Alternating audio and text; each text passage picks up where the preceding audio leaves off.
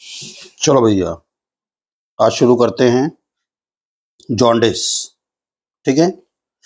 अभी लास्ट आपको याद है मैंने वीडियो बनाई थी रेड ब्लड सेल्स की पूरी जर्नी पे, है ना। अब तुम लोग वो जर्नी देख लोगे तो मेरे लिए बड़ी खुशी की बात होगी। और आपको बता दूं कि वो जो जर्नी है, वो जर्नी बेटा, दिख रहे हम। वो जो जर्नी है ना, इतनी सुंदर वीडियो बनी है, मगर क्या करें। तुम लोग देखो उसे फटाफट और उसको लाइक करो, है ना। सब्सक्राइब करो मेरे चैनल को ताकि तुम्हारे और अच्छी अच्छी वीडियो बनाए जाए। चलो, आज हम बात करेंगे जॉन्डिस की। ठीक है। जॉन्डिस है क्या चीज। अब jaundice is not a disease but it is a symptom. Jaundice is not a disease but it is a symptom of N underlying health issues. Typically ये प्रॉब्लम किससे होती है बेटा, या तो लीवर के में कोई दिक्कत है, या गॉल ब्लैडर में कोई दिक्कत है, या जो आरबीसीज है, ठीक है, उनके कारण है। आप पूरा डिटेल वीडियो देखेंगे कि जो बिलिरुबिन का प्रोडक्शन है ना, that bilirubin is produced by when the RBC's life span is over. RBCs become old and they are teared and weird, और जो हीमोग्लोबिन टूटता है उसी से क्या बनता है, बिलिरुबिन। ठीक है, तो यहाँ मैं उस डिटेल की बात नहीं करूंगा। ठीक है। जॉन्डिस को बेटा इक्टरस भी बोलते हैं। Jaundice is also called a icterus and it is a yellowish or less frequently greenish pigmentation of the skin और sclera।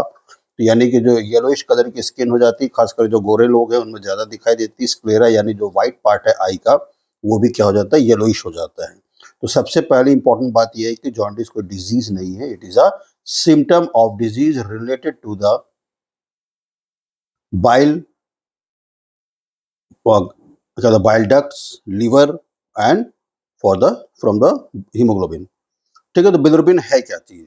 Bilirubin is the yellow pigment created from the breakdown of red blood cells. मैं छोटा सा यहाँ बता दूं, मेरे मन नहीं कर रहा बताने का, किस लिए, क्योंकि तुम लोग जब तक उस वीडियो को नहीं देखोगे तब तक तुम लोग समझोगे नहीं। उसमें बहुत डिटेल बताया, मैं उसको डाल दूंगा उसका लिंक। आपको जाके क्या देखना है, जर्नी ऑफ आरबीसीज। इसमें पूरा बताएगा आरबीसीज बनते कैसे, आरबीसीज की लाइफ स्पैन क्या है, आरबीसीज का फंक्शन क्या है, आरबीसी टूटते हैं तो क्या क्या चीज बनता है। ओके, इसलिए मैं यहाँ आपको डिटेल बात नहीं करूंगा। So bilirubin is the yellow pigment created from the breakdown of red blood cells traveling to the liver for processing and excretion in stool and urine। इस पे भी बात करी गई है। जो यूरिन में जो कलर होता है, स्टूल का जो कलर होता है, वो कहाँ से आता है। ठीक है। Elevated bilirubin level can cause jaundice, यानी जब यही बिलिरुबिन एलिवेटेड हो जाता है। अच्छा, एक चीज बता देता हूँ कि बेटा बिलिरुबिन जो है ना, जब हीमोग्लोबिन टूटता है तो हीम प्लस ग्लोबिन, हीम क्या है, आयरन है, ग्लोबिन इज अ प्रोटीन। ठीक है। तो आयरन तो जाके स्टोर हो जाता है लीवर में या फिर चला जाता है बोन सेल्स में। ये जो ग्लोबिन होता है ना, when they it breaks, it converts, ये क्या बन जाता है, ये बन जाता है अमीनो एसिड, और फिर से ये पॉलीपेप्टाइड चेन को बनाने के लिए चला जाता है। ठीक है, पहली बात। तो दूसरी बात ये क्या है, ये किस में कन्वर्ट होते हैं, बिलीवर्डिन में। टूटने के बाद ये बिलीवर्डिन में कन्वर्ट होते हैं। बिलीवर्डिन से ये कन्वर्ट होते हैं बिलिरुबिन में।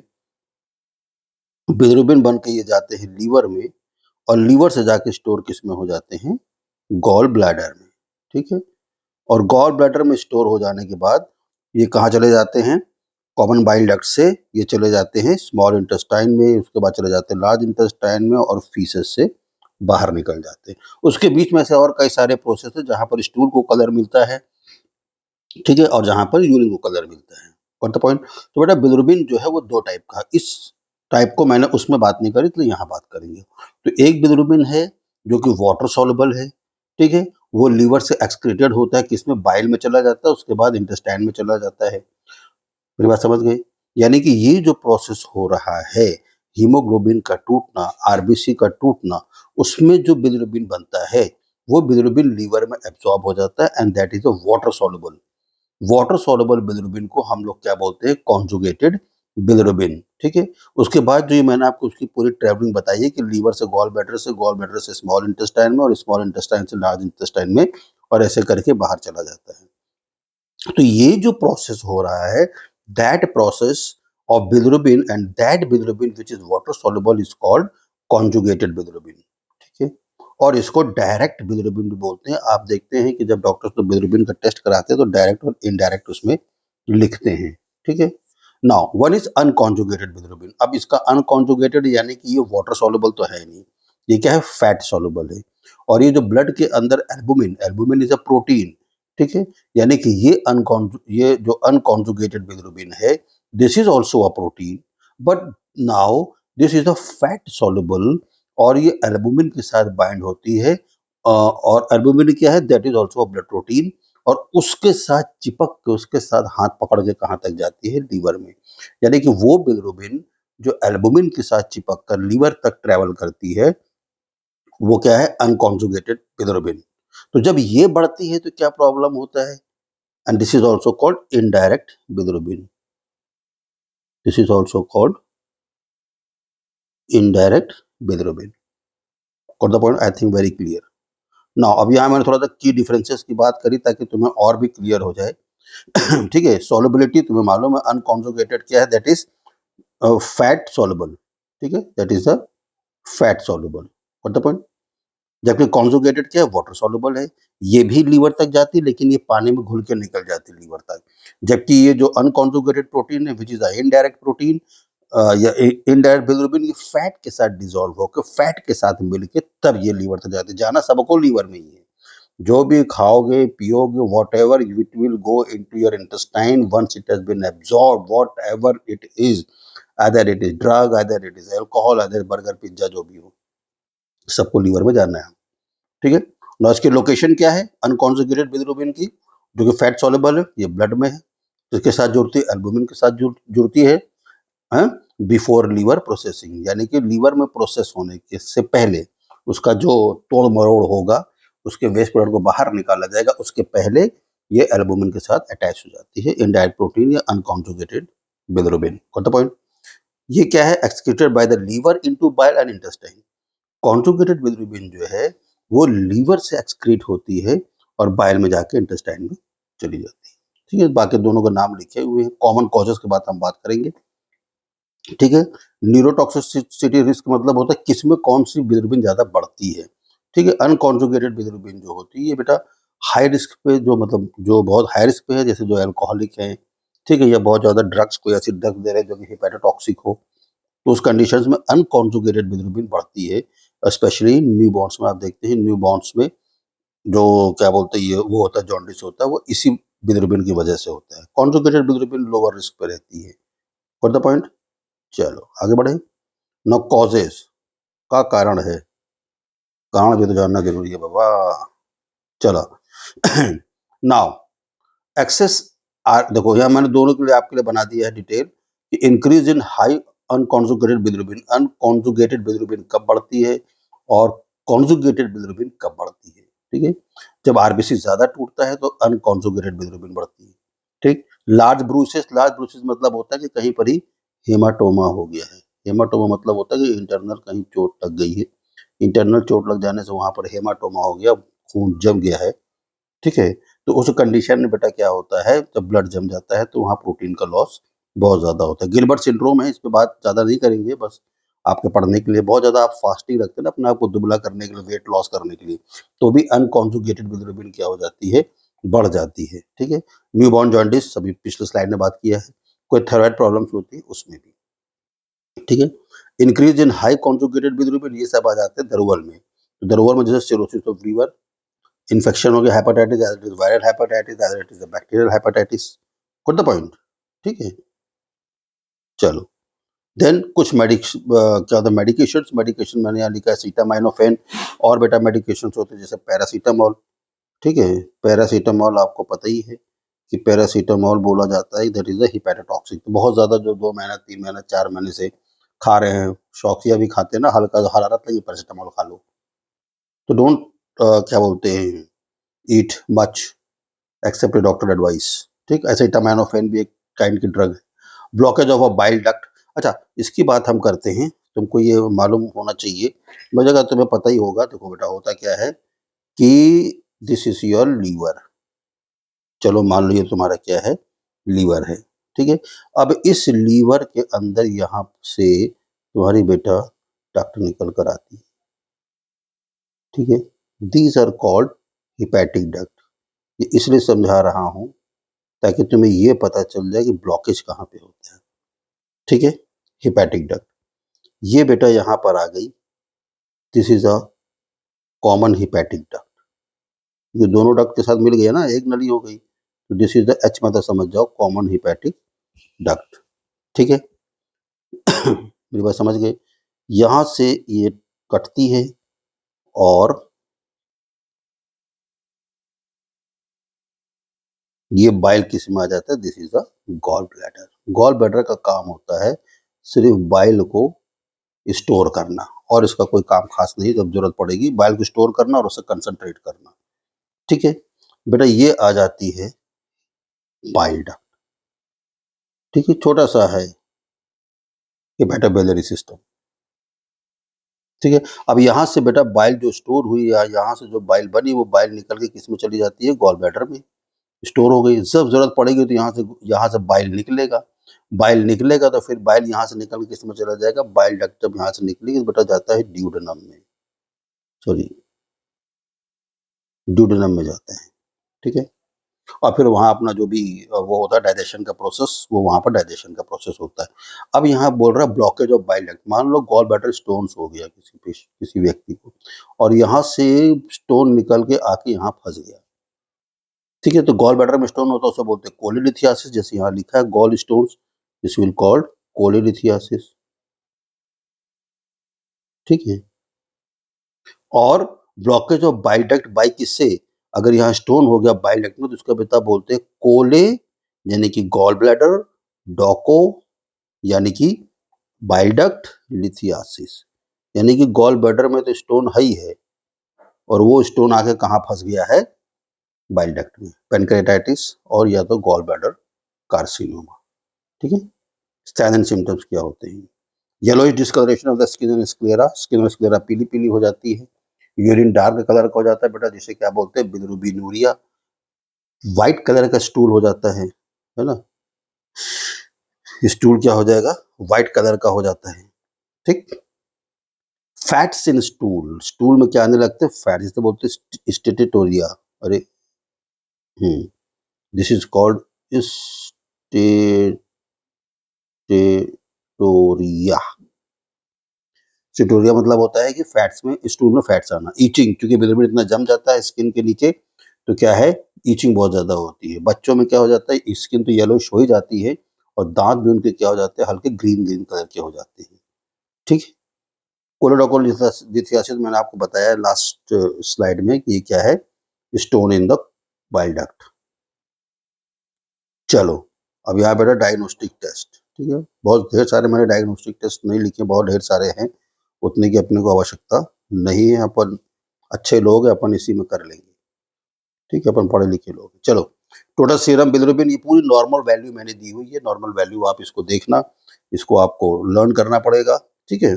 अल्ट्रासाउंड आपको पता ही है, सीटी स्कैन आपको पता ही है। हम हिडा स्कैन की बात करेंगे, ठीक है, हिडा स्कैन की बात करेंगे, ठीक। व्हाट इज हिडा स्कैन, ये आप लोगों के लिए नई चीज होगी, आप तो सोच रहे होंगे नई क्या है, हम तो उसमें से वो कर लेंगे, ठीक है। हिडा स्कैन, इसको व्हाइट लिखा जाए ना, मजा आएगा। HIDA, hepa biliary immuno, sorry sorry sorry,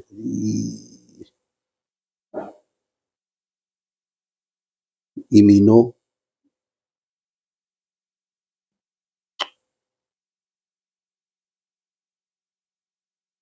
die acetic acid scan, ये बहुत अच्छा है, ठीक है। इसमें क्या होता है, इसमें जो क्या बोलते हैं, ये रेडियो न्यूक्लाइड, वो है क्या था, इमेजिंग है। और इस रेडियो न्यूक्लाइड इमेजिंग में, ठीक है, डाई डाली जाती है, फिर वो डाई जो होती है वेन्स में, वेन्स के थ्रू वो जाती है लीवर में, और वहाँ पर क्या होता है, गामा कैमरेज लगे होते हैं और वो गामा कैमरेज क्या करता है, पिक्चर बना के देता है। ठीक है, इसको बोलते हैं कोलेस्किंटाग्राम। इससे जो पिक्चर निकल के आती है दैट इज कॉल्ड कोलेस्किंटाग्राम। कोलेस्किंटाग्राम, ठीक है। और इससे बेटा मालूम क्या क्या चीज चलता है, इससे मालूम चलता है कि एग्जैक्ट लोकेशन की बाइल डक्ट में कहाँ पर ही ऑब्स्ट्रक्शन है। अगर कोई कोलेसिस्टाइटिस है, क्या बोलते हैं, गॉल ब्लैडर में इन्फ्लामेशन है, ये इससे मालूम चल जाता है। ठीक है, बाकी मैंने इसमें पूरा एकदम डिटेल दिया हुआ है आपके लिए। ट्रीटमेंट न्यू नेट्स में बेटा इसमें हम लोग फोटोथेरेपी करते हैं, और आप लोग जानते हैं कि मॉर्निंग में क्या करते हैं, आप लोग बोल देते हैं मदर बेबी को लेके कहाँ बैठ जाए सन में। ये नहीं कि 11 बजे 12 बजे दोपहर बैठा तो जल गए माँ बेटा दोनों, माँ बच्चे दोनों, एकदम अर्ली मॉर्निंग की जो सनराइज रहती है उसमें। ठीक है, अदरवाइज फोटोथेरेपी करते हैं बेटा। फोटोथेरेपी तुमको मालूम है, फ्लोरेसेंट लाइट उसमें वो करी जाती है, क्या होता है, रिफ्लेक्ट करी जाती है। दो तरीके का होता है, एक सिंगल सरफेस फोटोथेरेपी होती है और एक डबल सरफेस फोटोथेरेपी होती है। जैसा आपको पेडियाट्रिशियन ऑर्डर करे वैसे आपको करना है। बहुत ही खतरनाक केस में क्या करते हैं, ट्रांसफ्यूजन्स को एक्सचेंज किया जाता है, ब्लड को एक्सचेंज भी करते हैं। ठीक है, एंटीवायरल मेडिकेशन दिया जाता है अगर वायरल हेपेटाइटिस की वजह से हुआ है तो। For viral jaundice, for obstructive jaundice surgery, भाई अगर गॉल ब्लैडर और बाइल डक्ट में दोनों को स्टोन हो गया तो सर्जरी करना पड़ेगा, है ना। हीमोग्लोबिन बहुत ज़्यादा टूट रहा है तो आयरन सप्लीमेंट देना पड़ेगा। कोई भी ऐसी मेडिकेशन को डिसकंटिन्यू करना है जो कि क्या है, हेपेटोटॉक्सिक है, अपने लाइफ स्टाइल में चेंज करना है, डाइट में चेंज करना है, और फाइनली जब सब कुछ खत्म हो जाएगा तब क्या करना है, लिवर ट्रांसप्लांट करना है। ठीक है, चलो डाइट क्या क्या खानी है अपने को।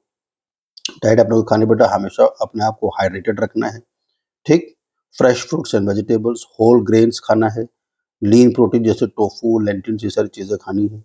हेल्दी फैट्स, नट्स, एवोकाडोस, ये नहीं कि रिफाइंड ऑयल खा रहे वो सब नहीं खाना है। ठीक है, अवॉइड क्या करना है, जो आप नहीं कर सकते वही उसी को क्या करना है, अवॉइड करना है।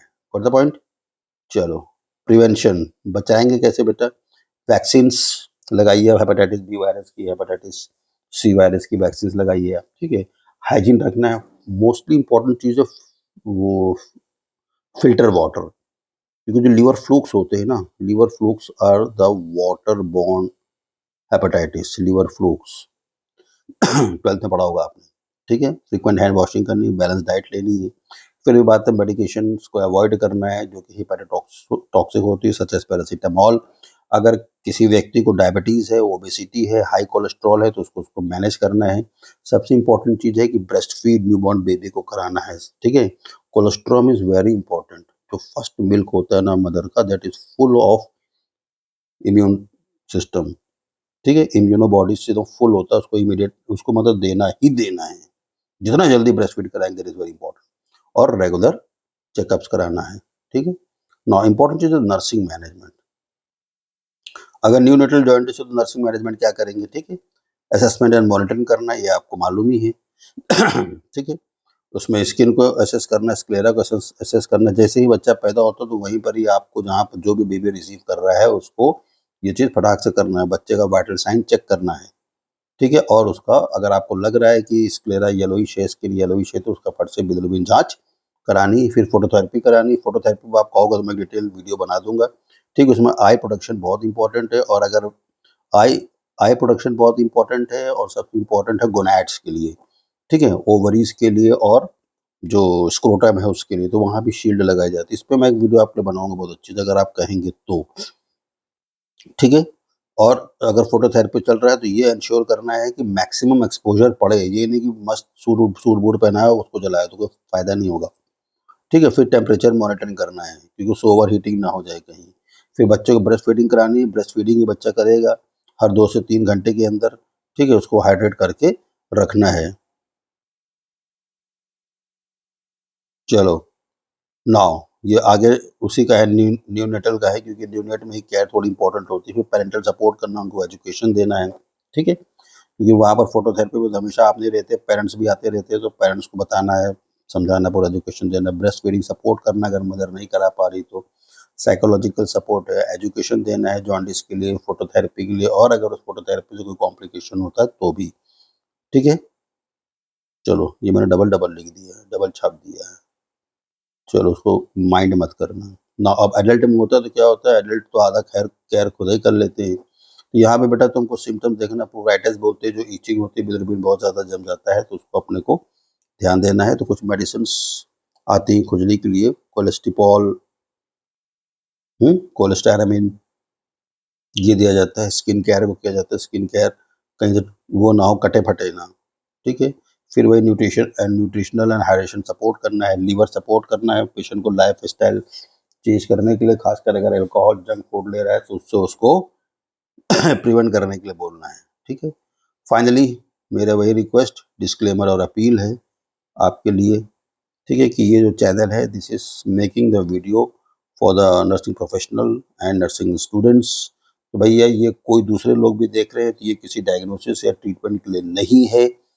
अगर आपको जॉन्डिस है तो डायग्नोसिस और ट्रीटमेंट के लिए आप फिजिशियन से मिले, ठीक। अगर ये कंटेंट आपको अच्छा लगा हो तो इस कंटेंट को लाइक करिएगा। लाइक करना बहुत इंपॉर्टेंट होता है, इसी से हम लोगों को टॉनिक मिलता है। शेयर करना है इसको एक दूसरे से, ये नहीं कि अपना देखे और खर्च बंद कर दिया 2 मिनट में।